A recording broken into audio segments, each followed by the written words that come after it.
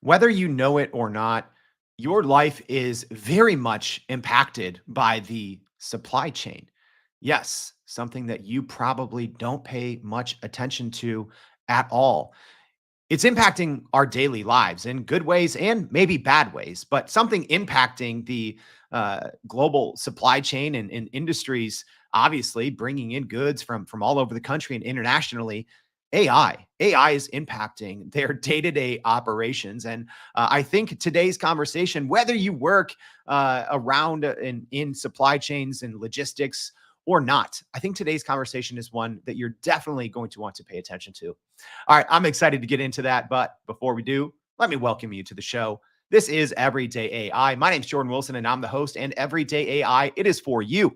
This is your daily live stream podcast and free daily newsletter, helping everyday people like you and me understand what the heck is going on in the world of generative AI and how we can learn what's going on and learn from experts like our guest today and apply it to grow our companies and to grow our careers. So that sounds like something you want to be a part of.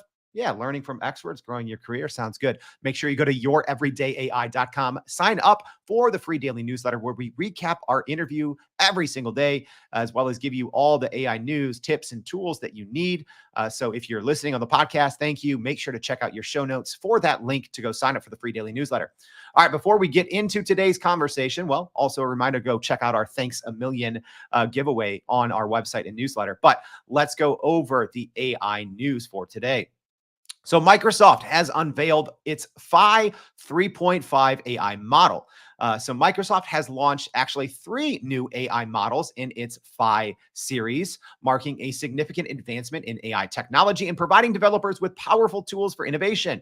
So the new models include Phi 3.5 Mini Instruct, Phi 3.5 Mixture of Experts or MOE, and Phi 3.5 Vision Instruct, designed for various tasks such as code generation, reasoning, and multimedia or multimodal processing. So each model shows some impressive performance in benchmark tests, outpacing competitors like Google's Gemini 1.5 Flash and even OpenAI's GPT-4o Mini in certain areas. So this new model from Microsoft is a smaller language model and is meant to be used locally on devices. So it's available under a Microsoft branded MIT license. These models allow developers to use and modify them freely. That's a big part there, right? The difference between proprietary, closed source, and open source, promoting collaboration. All right, 2 pieces of OpenAI news. So OpenAI has introduced fine-tuning for its largest and most powerful model, GPT-4o, targeting corporate clients. So OpenAI is making headlines with the launch of its fine-tuning feature that allows businesses to tailor its advanced AI model, GPT-4o, using their own proprietary data. So this development comes at a time when competition among AI startups is intensifying as companies seek to leverage AI for improved business outcomes. So OpenAI's new customization option in fine tuning enables companies to enhance the performance of GPT-4o by integrating their unique data sets by training the model. So the move is obviously strategically timed as businesses are under increasing pressure to demonstrate the effectiveness of generative AI and show a return on investment. Also worth noting, OpenAI did announce this earlier, but developers do have up to 1 million free tokens every single day. That came after Google just announced a billion free tokens a day. Yes, billion with a B. All right, last but not least, OpenAI has partnered with Condé Nast to utilize premium media content. So OpenAI has announced a multi-year agreement with Condé Nast, the media company, allowing OpenAI to use content from renowned brands such as The New Yorker, Vogue, GQ, Vanity Fair, and Bon Appetit in its AI products. So the partnership highlights the growing trend of collaboration between AI companies and traditional media outlets, aiming to enhance news discovery and delivery while maintaining quality and accuracy, and probably fewer lawsuits as well. All right. So there's a lot more AI news and more in today's newsletter. Make sure you go sign up.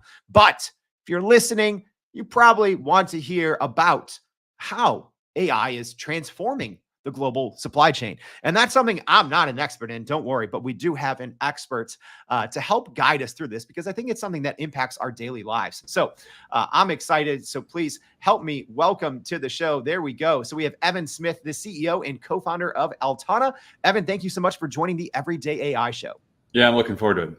All right, cool. So Evan, just tell us a little bit about Altana and what it is that you all do.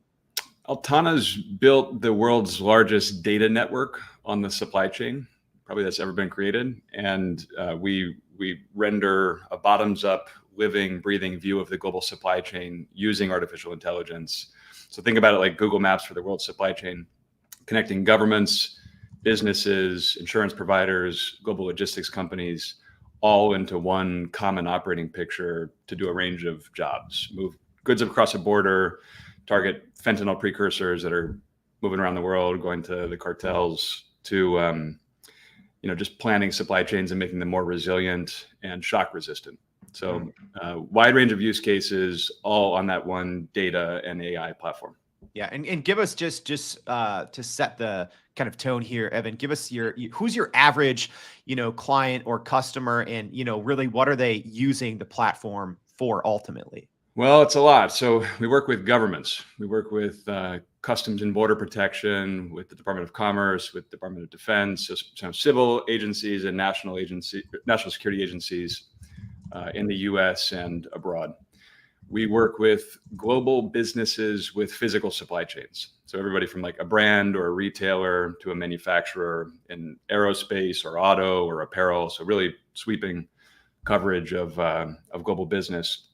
And then we work with financial services companies like insurance providers, and we work with global logistics providers that are moving goods around. So we're connecting all of those different stakeholders who, before us really had no way of seeing the same set of facts. Who am I doing business with? Where are these goods going? What's the nature of these goods? We connect them all into one common operating picture where they can have that shared source of truth. So let's do this because I'm sure there's some people, Evan, tuning in who work, in logistics and on the global supply chain. And then there's people that maybe don't. For everyone else, right, that maybe doesn't work in or around the industry, how does the supply chain affect us every day? I assume it affects probably just about me every time that I leave my house, and obviously when I'm in here as well. But, how does the supply chain impact the average American on a day-to-day basis? Well, like in literally every moment of the day, right? So like the supply chain is the fabric of the world's physical economy. Right, that's the way to think about it. It's how all of the goods and even most of the services that we depend on get to us, right? And it's abstracted away. It's invisible to a lot of us. We're not paying attention to it unless something goes wrong. And a big thing did go wrong in COVID. That was kind of the big wake-up call where it was like this outsourced, just-in-time supply chain is actually pretty fragile, and we need to start to know what that whole network looks like. But supply chain, is like, it's everything. It's your carbon footprint. It's your national security exposure to China, who controls 60 to 98% of the world's critical minerals that all of our semiconductors and weapons and automobiles and everything else depends on. So it's embedded in really every part of our lives. And, for a long time, it's been sort of a paper-based back office function, just like make sure that things get there on time, right? And at a low cost. And now it's really rising to the fore as a strategic, in the national security context, like a theater of geopolitical competition. And as a business context, the supply chain is actually becoming a strategic driver. So, let's just kind of start by answering some of those hypothetical questions that I started out with. What are some of the biggest ways that generative AI, because yes, in most industries as big as the, global supply chain, we've had traditional AI, machine learning, deep learning in play for many decades, but how has generative AI and large language models most impacted the supply chain, and, how is it already transforming it? So a little bit of just kind of arc of history on this. So for a long time, the supply chain broadly, like the global supply chain, was paper-based. So all of the transacting parties that are, going from raw materials to an intermediate component to a finished product are transacting and then, moving goods with their logistics providers or declaring something to the government. It was all these paper documents that humans were filling out, right? And that over the last 10 or 20 years has started to migrate to a digitized format. So it's like PDFs, it's, rows and columns, but it's still really messy stuff. It's in Chinese and Spanish and English. And if you've ever seen supply chain data, the listeners have, you kind of know what I'm talking about. So really, why does that matter? Historically, it's been impossible to really know what that whole supply chain network looks like, right? So you've got to get the data somehow, and you've got to process all that, text information, billions and billions and billions of records, and like no group of humans can do that. It would take millions of years of people's time. So enter AI. So we can take this unstructured data, documents, semi-structured rows and columns, and we can now apply large language models and deep learning, and we can start to construct a bottoms-up view of that global supply chain network for the first time. So, this company is making the cotton at this location, which moves to this mill, which turns into a rolled textile, which moves into this other garment manufacturing facility, which turns into your t-shirt, which goes over the ocean to this retailer, and this is the store you buy it from. So that whole network of production, you can now actually map out continuously and build this like bottoms up view of the physical economy. So that's kind of thing one, is like, it's now possible for us to actually know and model the whole global supply chain network. And hey, as a reminder to our live stream audience here, thank you for tuning in. Michael, Woozy, Fred, Monica, Colby, everyone else, if you have any questions on how AI is impacting the global supply chain, please drop them in now. So one thing that, I'm curious about, Evan, is, even what you just said right there, that, the industry, even in the last, decade or two, is just paper-based, right? Which to me, it's like, I assume every single, global industry has been digitized, since the 90s, but I know that's not always the case. Can you talk a little bit specifically, even, large language models? And you talked a little bit about how one of their greatest strengths is being able to take unstructured data and to bring some structure to it and to be able to tell the story. Yep. How have you even seen those impacts firsthand, maybe with either customers or clients? And what does that also mean, right? Something that is seemingly as simple as, helping turn a paper industry with, unlabeled data, different languages, not formatted properly and organized. How can generative AI on a simple scale even just help the industry communicate better? And then what does that mean? Well, it has a lot of implications, but I'll just pick a few. So if you're a global business, let's say you're a name brand retailer and you're buying, consumer products and apparel, and you're selling those through your store. Because of all that opacity and the data problem that I was speaking to, it's historically been impossible to know how the goods were made, right? So to my example, where did that cotton come from? And therefore you can't answer questions like, what's the carbon footprint of that t-shirt? Or was there forced labor involved in making that t-shirt? Or am I going to have a business interruption 6 months from now because, 5 or 6 hops away in the network that made that t-shirt, it's called the value chain, we're seeing a massive disruption. There's a flood, there's a factory outage, something like that. So everything until now has been obscured in a fog. You couldn't answer those questions. So that's one. I mean, I think another one we work a lot on at Altana is the movement of goods across a border. So for non-trade nerds listening, you have to declare your product to a government. This is the oldest form of taxation, actually. It's called a customs duty.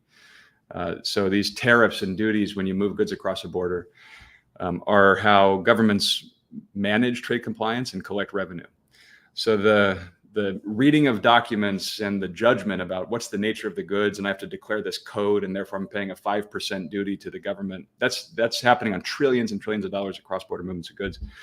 And that industry of licensed humans that's doing that work is about a $150 billion per year business. So these are, credentialed, licensed customs brokers who are just reading documents, making a judgment about the nature of the goods, and helping file a regulatory attestation. So we can actually look to accelerate and even automate a lot of that work. And that's profoundly value creating in the movement of goods. And I guess where at least my mind goes when you say that, Evan, and I'm sure other people's does as well, is it sounds like there's just been these almost wild inefficiencies, right, in your industry, which makes sense, right? When it is literally connecting the world and everyone has different, access to different technology, everyone has different resources, right? But how does, AI and generative AI and large language models, how does it impact the work that humans will be doing, in the future? Yeah. Because it sounds like so many of these jobs maybe aren't needed in their current state, right? So I'm sure it's going to change, but how do you even see the jobs and the roles in the long term changing across the global supply chain? Well, I'm certainly not the first guest to tell you that it's going to change the nature of work, right? So some of these manual tasks, certainly the repetitive rote tasks, are going to be automated. A lot of the more sort of judgment oriented and creativity oriented jobs will, I think, be co-piloted with AI. I think humans will stay in the loop for a very long time, if not forever. And so the nature of work in the supply chain is going to be around value added, creative, judgment oriented, and even I would say collaborative workflows, right? So it's not just me in my silo retyping data into a new form for the, trucking carrier who needs to pick up the load, or the customs broker who needs to declare the goods to the government. All that stuff, all that data processing is going to happen in the background. And then the humans are going to be involved in, okay, so how do I actually make a more resilient supply chain? How do I make a more sustainable supply chain? How do I better connect not just my direct buyer and supplier, but I'm going to go to the tier 2, the tier 3, the tier 4, and we're going to work together as a network. So those are the things that are going to be possible here with AI doing the heavy lifting on what has historically just been these, document oriented processes. And I think that was a really good viewpoint on, the near future and how industries working on the supply chain might be impacted. Evan, I'm wondering, because there are probably a lot of people that work in this industry tuning into this episode. Aside from, go check out Altana and, things that you offer. Sure. How can people who are in these positions, aside from, a complete overhaul of their data and their operations, right? Because I understand sometimes that's easier said than done. So for everyone else that's maybe, struggling to kind of come into this generative AI area who works in these industries, what can they be doing, or what should they be looking at? What are some of the biggest, kind of low hanging fruit, so to speak, around the, logistics and supply chain industries? Well, I don't think anything is that easy, where you can just where anybody without organizational buy-in can just get to work. I shouldn't say that. There will be parts of supply chain and logistics that you can feed a. Here's a good one. So if you're processing PDFs, stop. Feed it to one of the large language models. Have that accelerate your workflow, right? Like return structured data. So that's something anybody can just go do now from their own desk. I think bigger projects do require more organizational buy-in. So you've got to make your company's data available to some AI system. You've got to organize that data and get it in one place. You've got to, either yourself or through a vendor, you've got to begin to structure and apply that data into training and inference workflows. So the the sort of business transformation through AI does require organizational buy-in. Mm. So, one thing that you mentioned a little bit earlier, Evan, is, how AI right now can help, companies or people in logistics really better understand, things like, oh, their carbon footprint, or, was there forced labor involved somewhere in this process, right? And I'm sure that those things were all available, that information was available, but was maybe harder to track down, or, just took more people, right? What are some of those biggest advantages that the rest of us may not necessarily see in the products and services, right? But what are maybe some of the biggest advantages or new capabilities that the industry is now seeing with generative AI and large language models?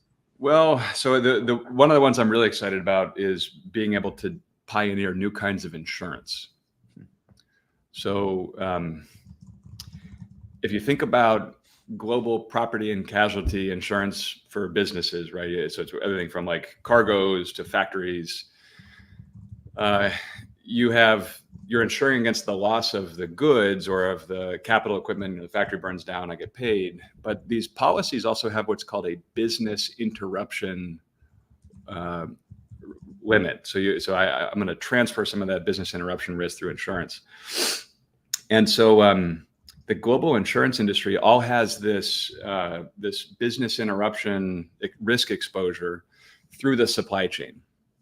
So if my factory burns down or there's some interruption there, and then I can't operate, well, now I have like $1 billion business interruption loss. If my supplier's factory burns down, I have a contingent business interruption loss. So you're looking at trillions of dollars of loss, or rather of insured value, and hundreds of billions of dollars of insurance premium, all with this hidden risk exposure through the supply chain that nobody's been able to model or underwrite until now. So as you think about like, where does global business go and how do you apply AI in the supply chain? And I'm a little bit talking about work we're doing, but I think it's more general. Because we can now process these billions of data points and model these kinds of impacts that cascade through a network, we can insure against supply chain losses. We can model those supply chain losses. So businesses can get better coverage, insurance providers can do better underwriting and risk selection. The whole ecosystem is going to benefit. One thing you said there is just talking about business interruption, right? And one thing that I think many of us outside of the industry, I think COVID was maybe the first time at a large scale that many of us, felt kind of what it means when there's large scale disruption or, business interruption in the global supply chain, right? And the timing of it, right? So, it was about a year or so later, many businesses started to gain access to generative AI, right? Whether it was via ChatGPT or other companies starting to use the early GPT technology. How do you think kind of this combination of so many suppliers were going through a lot during that period with generative AI and kind of these things happening almost back to back? How do you think that has changed the global supply chain in the long run, or maybe did it not at all? Well, I think it's changing it. So the technology now exists to get ahead of these problems and not just see a problem earlier as it's happening through a network and then act on it, but to actually design and model a more resilient supply chain or value chain network. And this is a corporate board level initiative for just about every global business right now. They have a supply chain resilience or business resilience initiative. So global businesses are trying to solve this problem. Now that requires a lot of business transformation and new ways of doing things, and you've got to not just model it in your software, but you've got to then, do the much slower work of, okay, now I've got to go work with new factories in new geographies, build compliant and, on spec products and bring those online. So the business transformation is going to take years to build these more shock-proof, resilient supply chains. But every C-suite and board that I talk to has some version of a top 3 priority focused on this. Because if you think that the world's going to get less predictable and more volatile in the 21st century, which I certainly do, then you can expect that supply chain dislocation, climate dislocation, geopolitical dislocation is going to increase and not decrease. This is something you have to get ahead of. A great question here from Cecilia. So thanks for this. So she's asking, Evan, have you seen the use of AI for supplier diversity strategy effectively?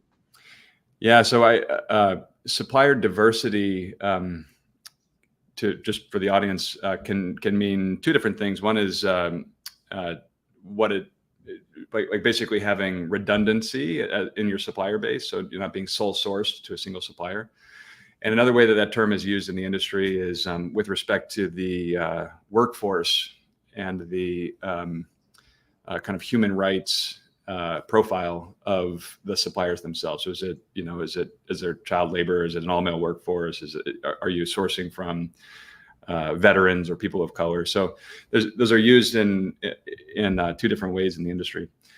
So the answer to both is yes, and I think it's easier said than it's easier to accomplish on the first category, where you can look across a whole network and tier 2, tier 3, tier 4, and then you can start to model those single points of failures and those dependencies. In the case of the sort of firmographic profile of the companies you're doing business with, that really requires a lot of underlying attestations and data points to come together to build that profile, right? So are they telling me the truth about the nature of the workforce? So that's where AI can play a role. You can scrape LinkedIn, you can look at the people who work for the company, you can look at different regulatory filings, you can look at different public declarations that are made about that company, or chat boards. So there are AI companies and strategies and products built around profiling the workforce and the DEI sort of posture of these companies, and then framing that in terms of supplier diversity. Evan, so one thing I think that we can all see, the huge possibility and the tremendous upside, right, of generative AI, when it comes to the global supply chain. But maybe are there unexpected ways that AI might disrupt traditional supply chain dynamics, maybe that we're not thinking of? Maybe companies are a little, too quick to try to sprinkle AI on everything without even having a strategy. So maybe is there a rush to this that companies maybe are missing, that are maybe creating some new vulnerabilities that we might not have been able to predict?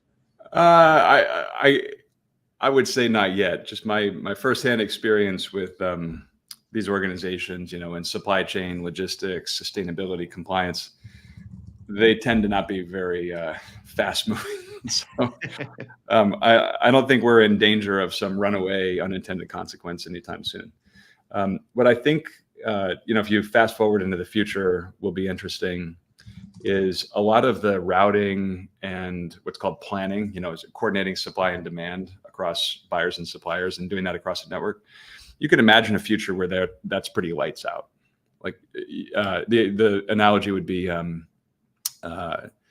Google Maps and Waze, right, where it just starts to automatically route you. So that's a future that will probably exist. And in that future, where there's an overlay of big disruptions, dislocations, I can imagine some unintended consequences and some fragilities that the thing we built, the automation we built to adapt to the thing is actually going to create some of those same unintended consequences.